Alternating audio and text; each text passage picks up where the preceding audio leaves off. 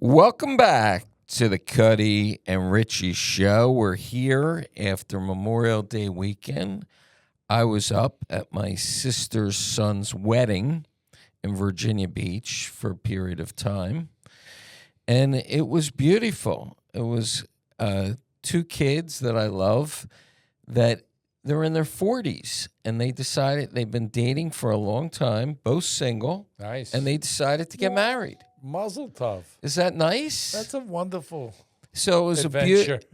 it was a beautiful event. It was in my sister and brother-in-law's backyard, and I guess the Chesapeake Bay is behind them, and the setting was beautiful for a wedding. I had a tear in my eye till I got my first tequila in me. Yeah. And then, I was with all my kids. It was so much fun being with all the kids. Hey, kids, hello. And my son's girlfriend was there, and she's a doll. It was amazing meeting her and spending time with her. Anyway, so the holiday's over. Summer is officially here, Richie. The car carriers are in town, taking everybody's... I see them all the time, up and down. Everybody's leaving town. Yeah, I just went out with a few friends last night. They're leaving like the next couple days. So I'm not really here in the summer, but when I'm here, it's a blessing because the restaurants are empty. You can get into any restaurant. You don't even need all the $20 tips that you were given to the maitre d'. You don't have to do anymore. Yeah, I just went. I trattoria. I went in. I got a seat. I saved two more for my friends. No problem at the bar. So when you tip $20 to get a table during the season, during the off season, is that maitre d' when the restaurant's empty, looking for the same 20? Is he like, look, Richie, every week you come in here, you give me 20. Now it's summer, you don't give me anything. I have to eat That's too. a good question. Another good question. Do you have to stay consistent with the maitre d'? I think so. You do. Can you rattle it back to 10? Maybe. For the summer? All right, so we have a fun show here. Let's start out. We have a lot of great subjects to talk about. The first subject, which I was talking with somebody, and I was telling her that I was going out with a friend of mine who happens to be a woman from the gym Sunday for lunch. And she said, "What do you mean?" And I said, "Well, this gal's been my friend for 5 years. I work out with her, and I'm having lunch with her." She said to me, it is impossible for a man and a woman to be friends. Oh, that's an interesting topic. She said there's got to be, and this woman happens to be gorgeous, she said there has to be some sort of sexual undertone or something going on. It can't be possible for a man and a woman to be friendly. I enjoy this gal. She's great. We have a lot to talk about. She just came back from a trip from Spain. And, I mean, we're going to have a good time. Maybe we'll have one drink, but there is absolutely no sexual undertone whatsoever. I don't think it's a horrible thing. She's beautiful. Beautiful. Well, that's, it's tough for another woman if you're going out with to think that's okay. I don't, to me, it's like, it's not necessary. So I'll throw this out with you. Let's say you're dating me. You're a girl. Okay. And I tell you that I'm going to go out with my ex-girlfriend for lunch. Is that a problem? Your ex-girlfriend for lunch? I'm dating you. I'm in a dating relationship. And I say, look, today, honey, or Sunday, I'm going to have lunch with my ex-girlfriend from 5 years ago. We were friends. Then we became lovers. Now we're friends again. I would probably say that you should ask her to come with you. No, it would change the complexion of the whole lunch. Okay, well, I don't think it's necessary. I mean, I don't know. That's a tough one. It depends how long you went out, what it was. When were you exes for like 10 years, 15, or was it last year? 5 years. I don't know. That's a tough one. So it's really interesting, being podcast superstars, you and I, and being at the podcast studio here, Echo Studios. Yeah. Obviously, we had to wait for this room. There was another podcast in here prior to us coming in, and when they saw us, they wanted our autographs because they knew who we are, the Cutty and Richie show. Yep. Best author here, left foot, right foot, survival guide for business and life. Just joking, folks. Most handsome guy as well. No, we're just joking around. We are not narcissists. We talk about narcissists, Yeah, we do. but we are not. Yeah. But Unfortunately. interesting, this gal, I just asked the question to. I tried it out on her. Can you go out to lunch? She's married. I said, if your husband said, I want to go out to lunch with my ex-girlfriend 5 years ago. She's my ex-girlfriend 5 years ago. I dated her. Is that okay? She said, why? She said, why? Which is a good answer. That was a great answer. Great answer. Why are you going out with her? Why would you need to go out with somebody that what do you need to talk about? I agree with her. I mean, there's no reason to do it. I mean, what's so necessary for you to maintain such a relationship with this woman that you got to take her out to lunch? Okay, great question. But I'm going to ask you this. When you're in because this show's essentially about relationships, the difference between men and women and why, how relationships are formed and how they last and how they break apart. Do you always start a relationship as a conversation, going out to dinner, spending several hours? Eventually it'll get to sex, and then you're in a relationship after sex, I'm assuming. Mm-hmm. But in your case, probably sex comes first long before a relationship. No, but so aren't you at a dinner with a gal, maybe 1, 2, 3, 5, how many dinners before you get intimate? Aren't you interested in her as a person and intellectually? Absolutely. If you like her as a person, before the sex comes, if you like her as a person. Yes. Okay. So now sex comes, you have a relationship, you break up. What happened to you liked her as a person? That goes out the window because the relationship's over? Do you follow what I'm saying? You start out a relationship with a banner, laughter, having fun with a gal, and then you like a friendship. Isn't that how it starts? It starts out as but sex is always the component. It's the common denominator. I mean, here's the question back at you: would we, as humans, ever be friendly with somebody if there wasn't a sexual component with a woman? With a woman, sure, a good-looking woman, sure, not a bad-looking woman. So aren't there a lot of people that are married 40 years and for one reason or another, the woman has dryness issues or a man has ED. Now they no longer have sex. That doesn't mean their marriage is over. They have a relationship. Yeah, no, but that's 40 years. Yeah. So, but that's an exception to the rule, I'm assuming. Yeah. I know people in those kind of situations now that they, Most people I know in that situation. No, it's true. No, I think that's so funny because after a while, X amount of years later, they go through menopause or men go through their situations with ED or whatever, and they're not as intimate as they once were, but they're best friends and they care about each other. They have each other's back. They're ride or die with each other. That just shows the years weren't wasted. So, that's a great statement. The years weren't wasted. But I want to go back to the thought process. When you're auditioning and you're on these first few dates with a woman, in our case, and you're trying to impress her or whatever you're trying to do, trying to form a relationship with her, doesn't it start with conversation and a forming of a camaraderie, a friendship, liking each other? They make you laugh, you make them laugh, and then the sex comes. Then when you break up, why can't you go back to where you were at the beginning with that person? Well, it depends, and that's a great question because it depends on what your sexual relationship was. There's a lot of women that you've had sex with that were good, but then you realize as time goes on, there are other women that you had really good sex with, and it's like very passionate and strong. So some of those are harder to just, I agree. Just some of those are harder to say, let's just be friends. We'll grab a coffee. Right, because you're saying you'll fall back into there's a chemistry, there's an energy between the two of you that you didn't have with a lot of others. I agree. But I'll give you an example in my case. I have this ex-girlfriend that I dated, let's say, for a year and a half, and she was brilliant. extremely well read. So you could talk to her about, I'm in finance, so you could talk about, or in real estate, you can talk about, she reads the Wall Street Journal every day, so you can talk to her about any stock, any business.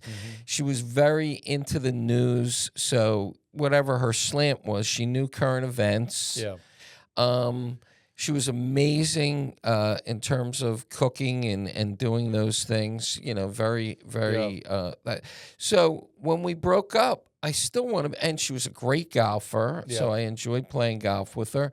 So when we broke up, if it wasn't for her and her extremely jealous husband, I would still be friendly with her. But he won't let me be friendly with her. I would like to be friendly with her. I'd like to play golf with her. Is there something wrong with that? I don't understand why people say you can't be friends. It's territorial. There's no sexual, tension between her and I. There was. Right? What do you mean there was? Did you ever go out with this person? Yeah, I went out with her for a year. Right. So you had sex with her. But I'm saying if I went out to lunch with her now, I wouldn't look at her and say, man, I really want to go back to my house and have sex with her right now, because that's done. That's over. Yeah, I think that's a game time decision for a lot of people. I don't think that's something that you can just say, oh, that's fine. I don't think it's fine totally. I mean, in some cases, maybe if everybody was friendly, but it's a threat. Nobody wants. It's a threat. That's a threat. The bottom line. It is a threat. But aren't you secure in a relationship? Absolutely. I mean, to me, it's like what you just said. Like, I love to be able to talk with. I love that. Other than the sex, obviously, you want banter. You want to be. I like talking politics. I like a woman who can sit and watch a football game with me or do some fun things with me. I like, and I like doing fun things back. It's like, but you have to have that compatibility in that way, not just the sex as well. You know what I mean? Going further, you break up and down the line, they're with somebody else. It's kind of not necessary to hang out together. I mean, see, I'm just on the other side of this issue. It's threatening. It's a threat. Yeah, but a potential threat. Yeah, but if I'm in a relationship with somebody and let's say I'm in love with them, and you have trust, you don't have any trust issues, and you believe in each other. If she told me she was going out with an ex-boyfriend for dinner or lunch, I wouldn't care. Yeah, I'd have a problem with it. Really? And it's not trust issues. It's just like, why? What do you think? Like she's a dog? She's going to get drunk and screw the guy? No, but I mean, why establish a potential? Okay. Let's say her ex-boyfriend, because I had a situation like this. I have people that they go out with ex, they're friendly. Your notes, Richie. Yeah. If you don't pick them up, you won't have anything to say. Can you read that? No, yeah. Do you need glasses? No, not all the time. I'm good. Do you wear glasses? At night. Did you ever have sex wearing your glasses, or you always take them off? No, they always break. How can you see what you're doing? They break. They break. You're moving around. You're thrashing around as they like I'm a blind man. I know what I'm doing. Right. But let's say you're dating a girl, or she's living with you. Yeah. And she's about to buy a house, or she's getting involved in a lawsuit, and her ex-boyfriend's a lawyer. Yeah. She says, honey, look, I don't really want to go pay a lawyer. I need some advice. Do you mind if I go out with Joe, my ex-boyfriend, he's a lawyer, and lay out my case and see if he can give me some free advice? Again, it's a case-by-case situation. You'd say, I'll give you $5,000 for the lawyer. Yeah. Don't go. I would say, save me the video. That's funny. See how much what that $5,000 is worth. Go ahead, go for it. Well, we'll see what happens this week on Sunday when I go out with this gal. I've been out with her, I don't know, half a dozen times. There's never been a hint of that she wants anything more than a nice lunch and laugh a little and have some fun. Yeah. No. So we'll find out. You'll find out. You're going to have to report back. Yeah, we'll report next week on the show. Yeah. But, that segues into my next subject, sexual addiction. A subject that you're I'm very an well expert aware in of. it, right. This is up your alley. So somebody was talking to me about sexual addiction. Yeah. And I said, for idiots like me, what does that mean? Does that mean you need sex 4 times a day, or does that mean you need sex with multiple different women during the week? Or is it both? Well, if you're with somebody, it's one person. I mean, do you want to have sex 4 times a day? No. Okay. No. Maybe when you were 25. No. No. I would I like to be able to? Yes. Oh, that's funny. You can't afford a Viagra's $80 a pill. Yeah. Yeah. No, I just take it intravenously now. Wait, honey. Put the thing in my vein. Good morning. It's really hard, honey. Let's try another position because the port and the bottle is right here. Yeah. Well, especially if you're excited, you don't want to have to sneak it out. You don't want to rip it off. If you're excited, you don't have to sneak it out of the house too. But I read this stuff since we're doing a show on relationships about sexual addiction. Yeah. And, people, it's like AA and NA, people go to support groups for sexual addiction in addition to going to therapy. And I'm like saying to myself, you're telling me a sex addict goes to a support group in a church to talk about their sexual addiction, and then they don't walk out of there and hook up with the hot chick in row 3? Look, I just want for the record on this show is that I've never been to a sexual addiction group. I would like to go. And I'm never going again. That is funny. I'm never going in. No, I would like to go to one of those, near my house in Long Island, there's a little church, and I would always drive by on the way to get coffee in the morning at like 6:30 or 7 in the morning, and there'd be like 30 cars out front. Yeah. And I'm like, who the hell is going? Is that what it is? Is the sexual addiction? No, it's for all kinds of, because the Hamptons are kind of small. Yeah, I've never been. It's for all addictions. It's for, whether you're a drunk or whether you're on narcotics or whether you're. So I would drive by at 6:30 in the morning and say to myself, boy, these people really are into God and into praying. And, why are there so many people at this church every morning? That's a great place to hook up. If you want to find somebody that's a sexual addict, you can meet a girl there. Right. It's perfect. Give me the address. I can tell you where it is.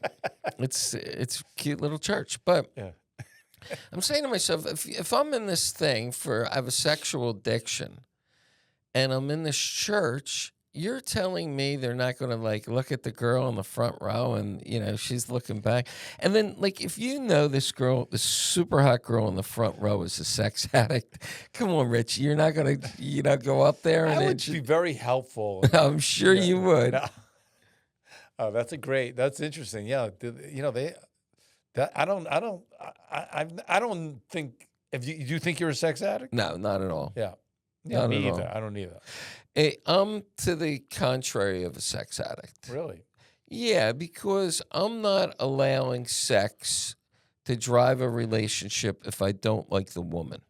So you're more cognitive. Let's say I'm having sex with a woman and it's unbelievable sex.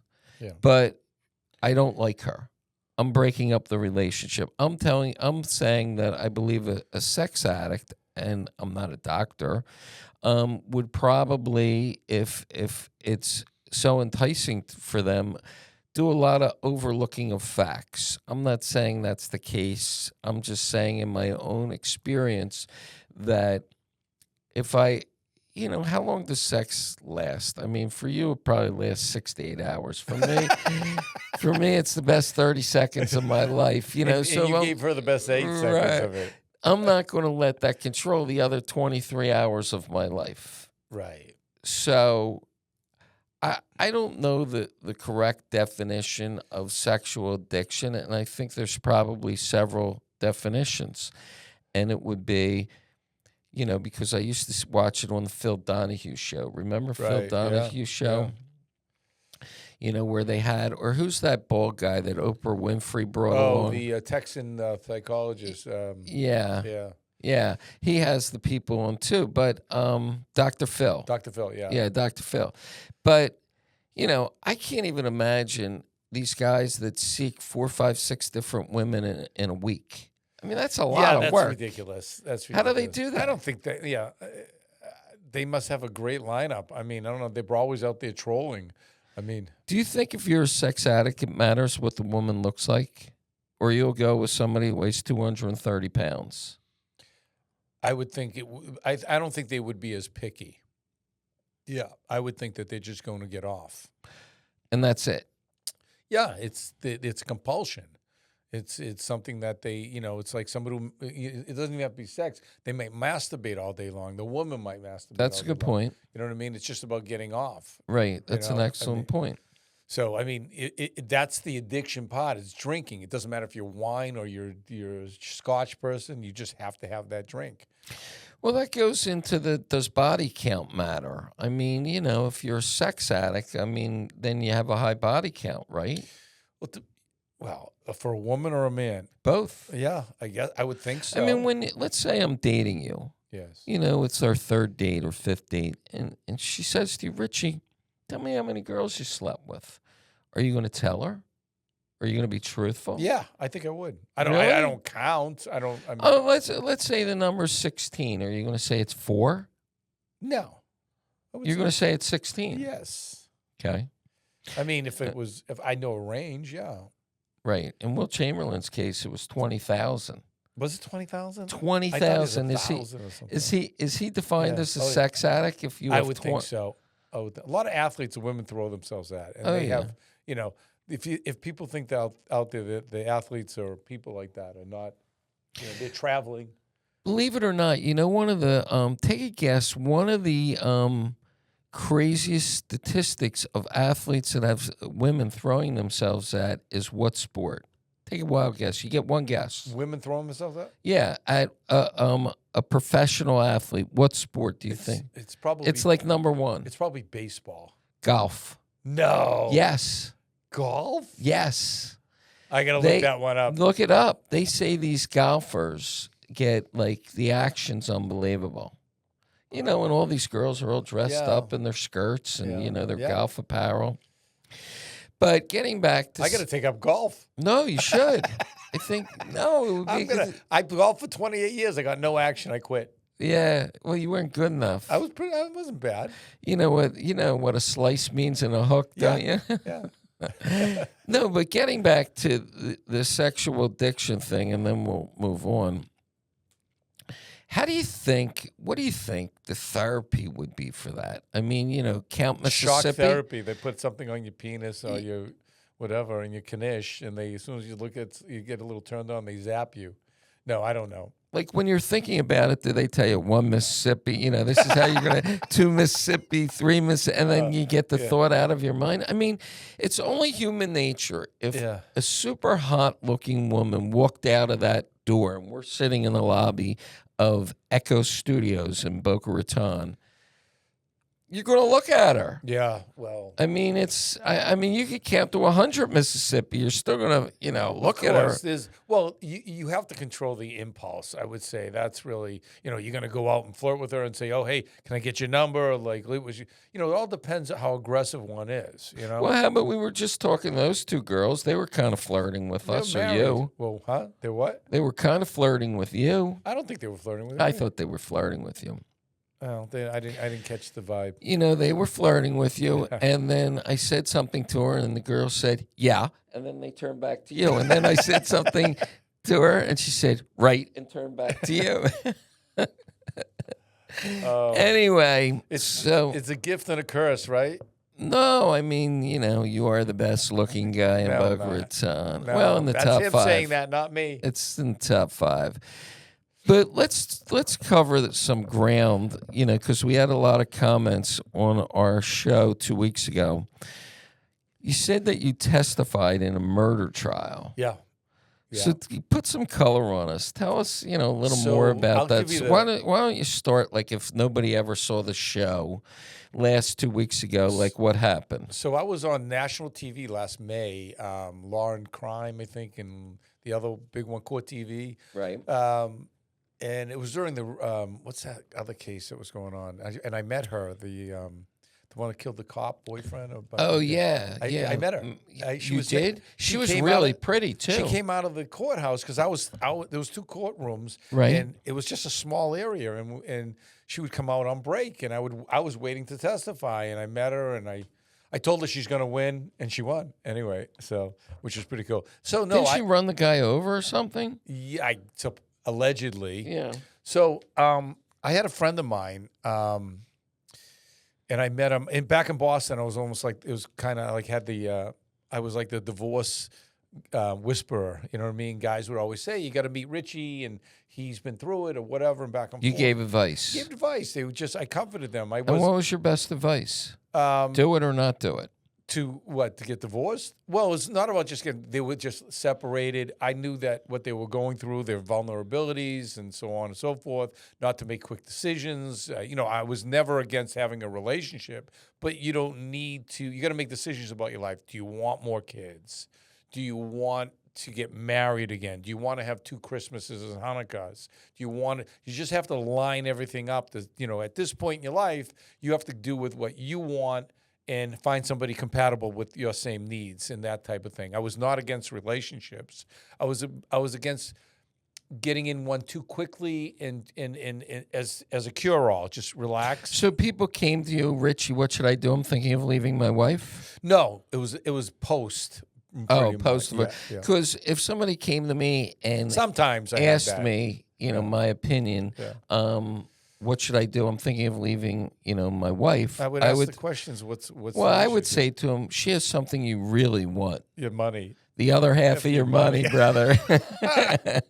That's true too. I mean, anyway, so what happened was I had a group of people, and some of them were, very high-end people and whatever. I didn't care what they were, low-end. It was just, so this guy, one of my friends, and this guy was in the 1980 decathlon East German games. He was a big German guy, a Starker, a big guy, and he was He was an American guy, though. No, he was from Germany, but he was he got a position. He became a famous urologist. He was the first one to do robotic surgery from one country to another. He was brilliant at the same time, and he was this big guy. And so he was divorced. I met him. We went out a couple of times as friends after, and with a group of guys. And sometimes we went alone and we're talking. And he ends up, a couple of years later, I didn't hear from him. I said, "How you doing, Harry?" And what's going? "How are you, Harry?" Is that his name, Harry? Harry, That's not a German name. Well, they call him Harry. It's it was Herc. It was Holman. Herc. Whatever. I don't know. Yeah. So anyway, Sergeant Schultz. So he contacts me, and he says, "Richie, I got married, and I want you to meet." And we ended up going out socially with my ex-girlfriend and the covert narcissist. It was a wonderful thing. Right. So, and actually, they didn't like each other because I think they were both narcissistic girls. So anyway, that's another story. It kind of makes sense now. So anyway, the girl, he went to all he wanted was his big family back. Any decision this guy made in the last 2.5 years was the wrong decision, and everything. He ended up having a problem at his work, and he was on a billboard in Boston. He had a picture of himself on a billboard. With a penis? No. It was a urologist. No, it was a surgeon, famous surgeon. He was really, but he was a urologist. He was the head of urologist at St. Elizabeth's in Boston. Right. Anyway, so is that where you got your penal pump from? That yeah. No, that was the Beth Israel. Yeah. No. So anyway, so he ends up. That's funny. Yeah. He ends up. No, I went to the place you recommended for yours. Yeah, right. We had 2 different sizes, though. Yeah. They had to order yours. They had mine in stock. That's hysterical. Anyway, so this guy comes to me, and all of a sudden he calls me up out of nowhere, and after we went out on we had barbecues at his house, and he's building this big house. He loses his job. Everything in his life is going down the tubes. And why do you think that's the case? That's a long. I'm trying to do the short version of this. So let me. So he goes. So they go out to Vegas. Him and his wife. No, he wasn't married yet. Okay. Goes out to Vegas. How long is he dating her? Like 4 or 5 months. Okay. Okay. Goes out and he says, Richie is so passionate. He says, we had sex 3 times a day, not 2, 3, and they were all her idea, not mine. Her. I said, And was she that's German? exactly how he sounded. Was she German? No, she's American, Irish, Okay. American, up in the, Irish, the whole thing. Went to the house. She had 3 kids and lovely. She was a good mom. She was a little bit out there, but she was a very good mother. Attractive? Very attractive. Yep. Blonde? Blonde? Red. Red? Yeah, red hair. I don't think I've ever... Have you ever dated a She redhead? was a beautiful woman. Yeah. Of course you did. Yeah. Yes. So Good. So she goes. So they go to. He had to speak at a convention out there for his, his business, and she goes, "I'm coming with you." So they get drunk and they do a drive-through Elvis wedding. Really drunk, and he gets And mad. give me... I don't mean to interrupt you, but you're going so fast with the facts. How old are they at the time? Harry was probably 58. Oh, okay. And she's probably, 50. So it's later in 51, life. yeah. She had 3 kids, so I Yeah. should have picked up on that. Okay. Right. Good. Okay. So they go through this drive-through, and in like December, and he's like, he comes back and he checks. He goes, "Is this legal? Am I, can I get out of this?" He goes, "No." He was unsure. I guess he wasn't drunk It's anymore. legal? Yeah, it was very Oh, legal. And wow. so, anyway, it was a very volatile relationship. And remember not to rent a car in Vegas. Yeah. So they ended up getting married, and anyway, they were fighting. The very passionate relationship. There was a lot of drama, and it was, I guess with somebody having 3 sexual encounters a day. Oh my God. They would, like, he says it was crazy. It was nuts. So he. So anyway, long story short, he calls me up. He says, "I'm separated. I got kicked out of my house." He goes, and she's in there with her kids, not his, in this, 18-room home in Dover. If you look up people, Dover doctor kills wife, then you'll see the whole story. So Harry he goes, "I need a place to live." I said, he goes, and I can't stay he goes, and I have nobody I said, "Come live with me." You know what I mean? And you were that friendly with the guy that he could live with you? And when somebody's in need, like that, I mean, if I can help him out, he was fine. You know what I mean? He came, ate me out of house and home, but sure. my God. Anyway, and he came and he lived with me and for a couple of months, and then he COVID hits. He's out in Germany. I got him a job actually consulting for robotic surgery. Another friend of mine was doing a doctor, and he needed somebody. It was just ironic. So he goes over, he gets the last flight back. I said, "Harry, you might want to stay there because the building is crazy. They don't want anybody in, and this is Massachusetts, so obviously they're a little bit more nuttier than normal, a little liberal. No offense to my liberal friends. Anyway, but... So you're saying COVID shut everything down? Shut everything down, but he got the last flight back. Got him. Then I said to him, they don't want you in here, and I was arguing with the board, so I was trying to be compliant and get along with the board. So I said, "Harry, go find place. Can you find some place to live for a little while, blah, blah, blah, for just so that I don't know how long this thing's going to last. I was going to be 2 weeks or something." So he goes, yeah. He goes down to Florida, gets a friend who's got a trailer. This is a famous story. He goes down to Florida, and he starts drinking in the trailer, and he's depressed, and he's calling me every day. And I said, "Okay, Harry, give me another week and come back, whatever." So long story short, he ends up texting and he texts me, he goes, Richie, you're gonna, I do it in his accent even. Yeah. He goes, "You're gonna be mad at me. I reconciled with my wife." I said, "You Well, reconciled?" they didn't want to live in a trailer much longer, Yeah, right? so I go, "What do you mean reconcile?" I go, "Oh, Harry, tell me you didn't do this. I had you in a good spot. You were good when you were with me." Anyway, long story short, he ends up going back to his wife. And he still had the restraining order on him at the time, but she let him in, but he had to sign like everything away. They have a fight. He realized he just blew his whole life all over again, made another bad decision. She throws a bottle at his head. Self-defense then. Well, he just, and this guy's huge. He grabs her by the neck and he strangles her out. and she's dead. And then he panics, and he. So was he drunk or her high? Her kids are in the other. They were drunk. They drank. They were drunk. His kids were her kids were in the other room, and it was like What a 2 in the story. morning. I guess he throws her over his shoulder. And he throws her in the pond. Like to get rid of her. Yeah, they panic when they're in that state. They don't he's think drunk. straight. So, like, how long does it take to strangle somebody? I Is don't that know. like- I didn't ask him. But is that like? So wait, it gets better. But I'm just curious. Yeah. Is that like you break their neck and they die instantly, or is that like a No, 15-minute thing? You're holding it. You're angry. You're clamping down. You've ruined my life. Probably is what's going on in his head. I mean, he snapped. There's no doubt about it. And look, nobody deserves to die. But nobody.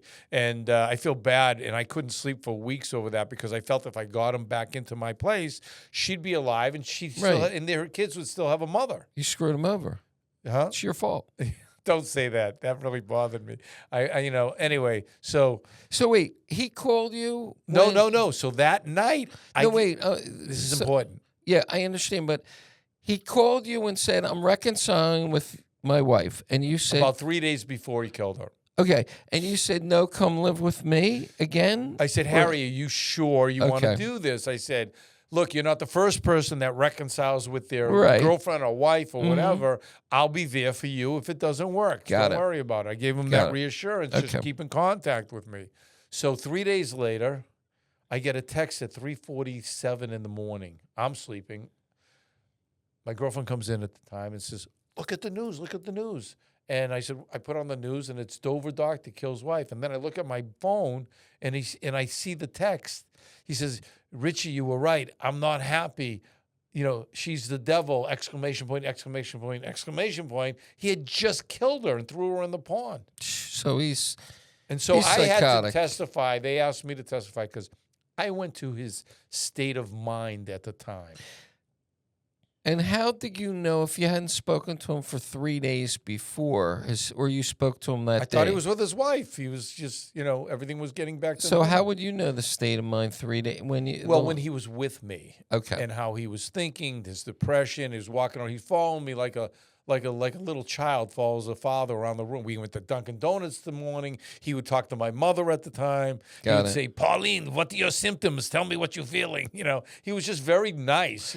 He wasn't a mean guy. He was very nice, and he missed his patients. This guy saved 1,000 lives. I mean, but he did a bad thing. So I have several questions. Yep. How was the sex? He says it was unbelievable. No, my question is... Getting back to the sex addict. Yeah, the sex addict. Well, 3 times a day. I guess he's a sex addict. Yeah. But when you were at this trial, and you're giving his state of mind, she threw a bottle at him, which could kill you.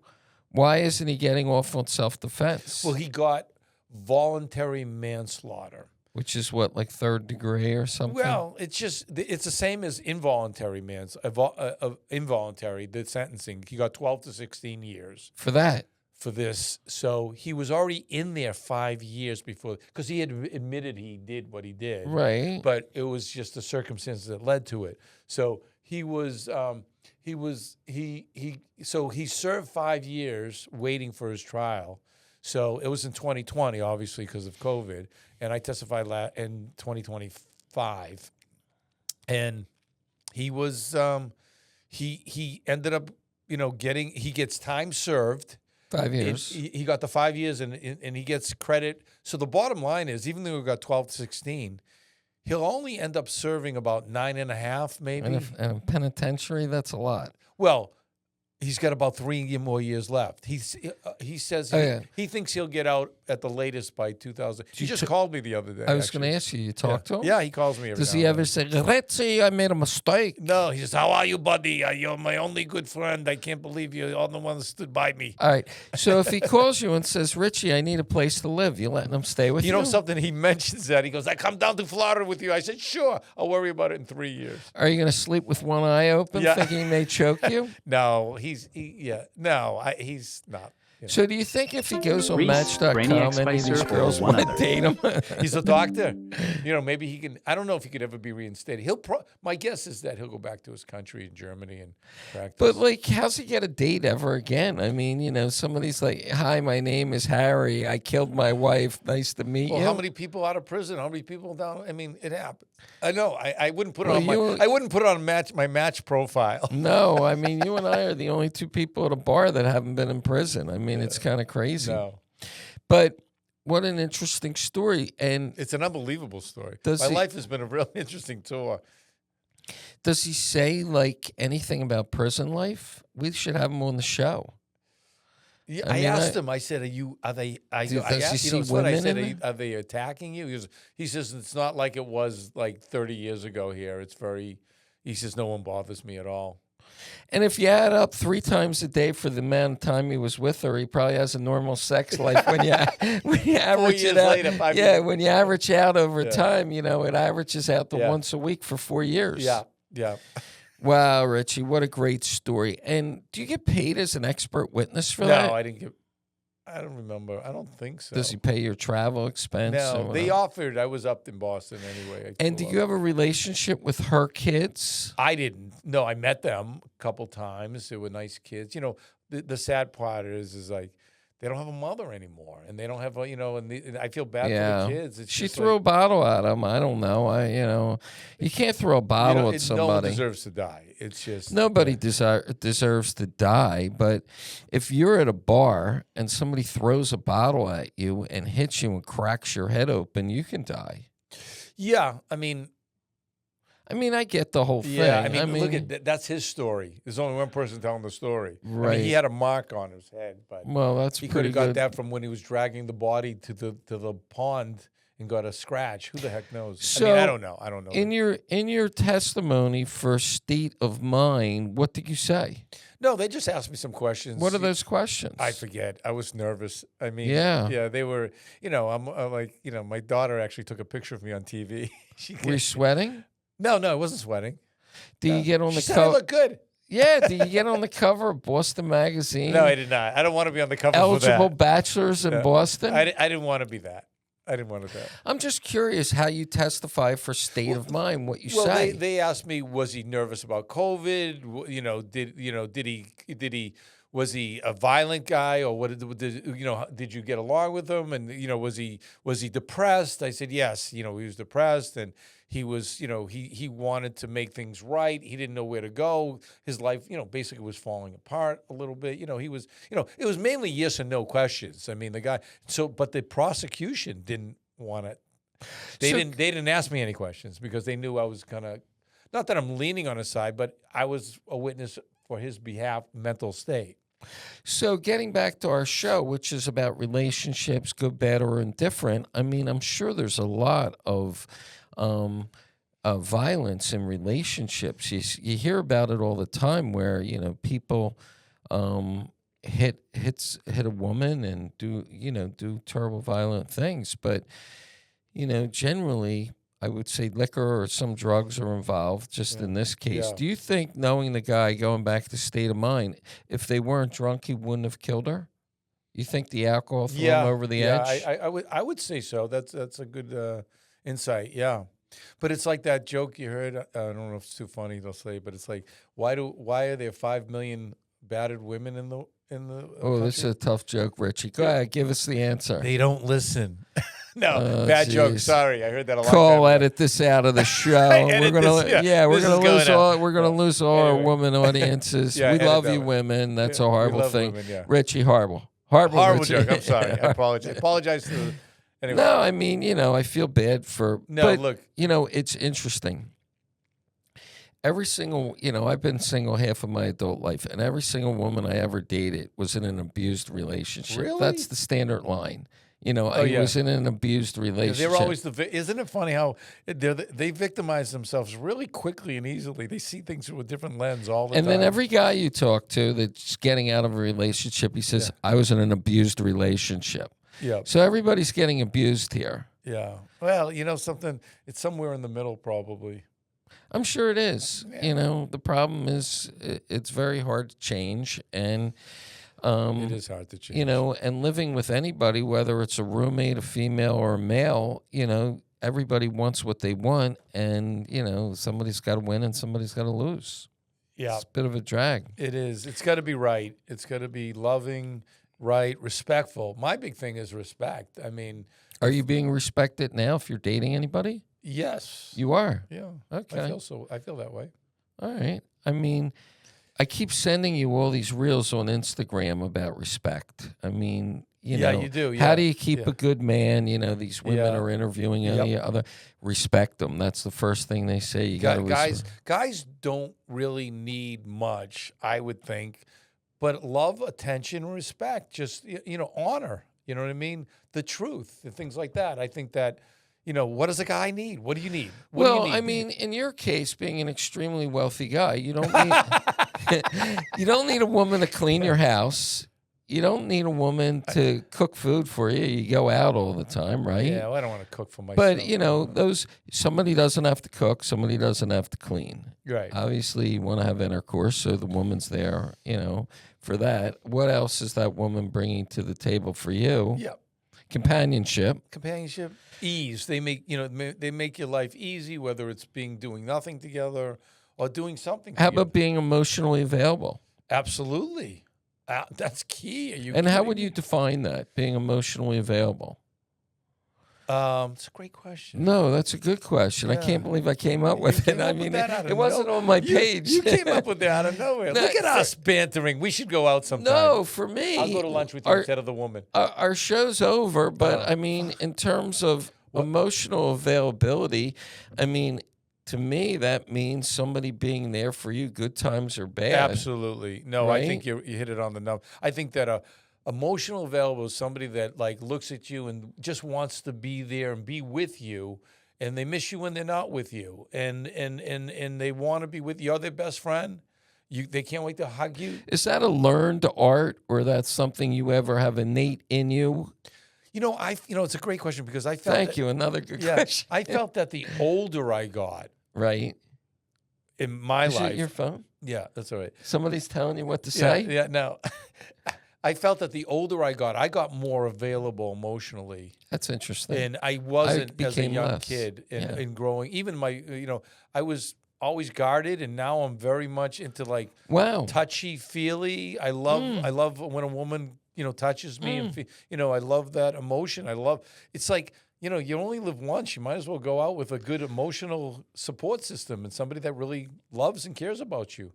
Boy, you're the polar opposite of most guys that I talk to, because most guys say I just want to be held. No, most guys are set in their ways and they don't change. And No, you're I saying have changed. I have definitely. you're a changed man. I am. Can you point to one individual relationship or woman that has changed you the most? Or is it a piece of this, a piece of that? Yeah, I would say it's pieces all along the way. I mean, being with a covert narcissist or something changed me in a not a good way. So, but it changed you because, like my book here, Left Foot, Right Foot, motivational book, it taught you a lesson of what you don't like, what you don't want, and what to look out for in the future. Well, you have red flags now that I never had. I mean, I was always very trusting soul, and now I have these like red flags and things that go up that I never knew. I just didn't realize people were in this world like that, and so now I'm cautious. I'm quick to respond than I was before. So, well, Richie, this is our Memorial Day show. Obviously, the 2 weeks off gave us real energy. Yeah, it did, yeah. But that's the good news. The bad news is we're out of money and we had to come back and do a show. And you're leaving soon, right? Well, I'm out of here. You but better fly back for the show. No, we'll come back. We'll on the Cutty and Richie jet. I'll come back on the Cutty and Richie jet to do our show. Oh, by the way, I need the jet for a weekend. So, all right, no problem. Yeah. We'll have to talk to Cole. He's booking it. All right, folks. Thanks for coming in. We enjoyed the show. It was a lot of fun. Talk to you later.